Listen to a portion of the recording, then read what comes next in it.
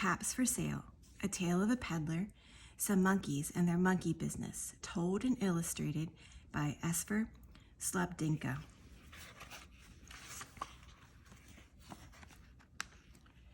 Once there was a peddler who sold caps, but he was not like an ordinary peddler carrying his wares on his back.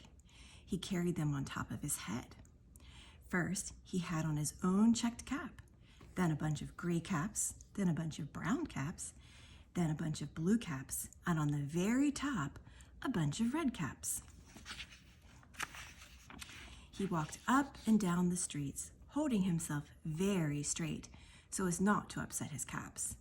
And as he went along, he called, "Caps, caps for sale, 50 cents a cap." One morning, he couldn't sell any caps. He walked up the street and walked down the street calling, "Caps, caps for sale, 50 cents a cap." But nobody wanted any caps that morning. Nobody wanted even a red cap. He began to feel very hungry, but he had no money for lunch. "I think I'll go for a walk in the country," said he.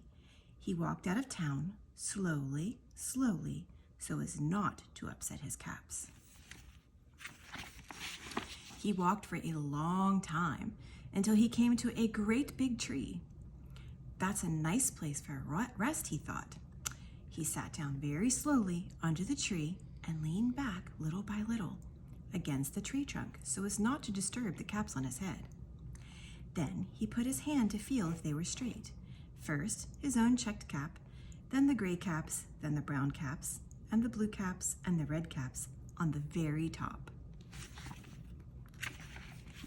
They were all there, so he went to sleep. He slept for a long time. When he woke up, he was refreshed and rested. But before standing up, he felt with his hand to make sure his caps were in the right place. All he felt was his own checked cap. He looked to the right of him, no caps. He looked to the left of him, no caps.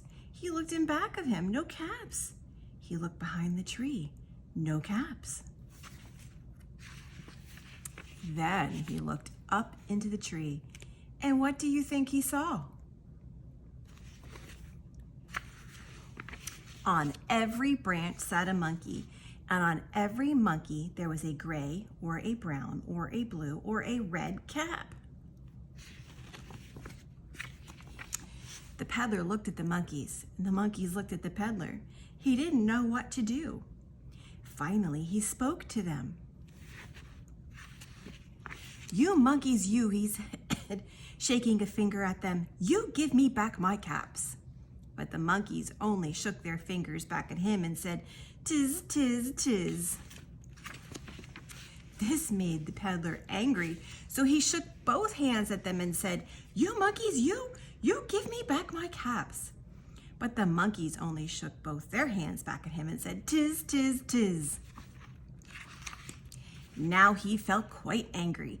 He stamped his foot and he said, "You monkeys, you better give me back my caps."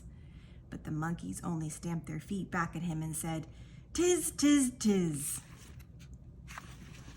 By this time, the peddler was really very, very angry. He stomped both his feet and shouted, "You monkeys, you must give me back my caps." But the monkeys only stamped both their feet back at him and said, "Tis, tis, tis." At last he became so angry that he pulled off his own cap, threw it on the ground, and began to walk away. But then each monkey pulled off his cap. And all the gray caps and all the brown caps and all the blue caps and all the red caps came flying down out of the tree.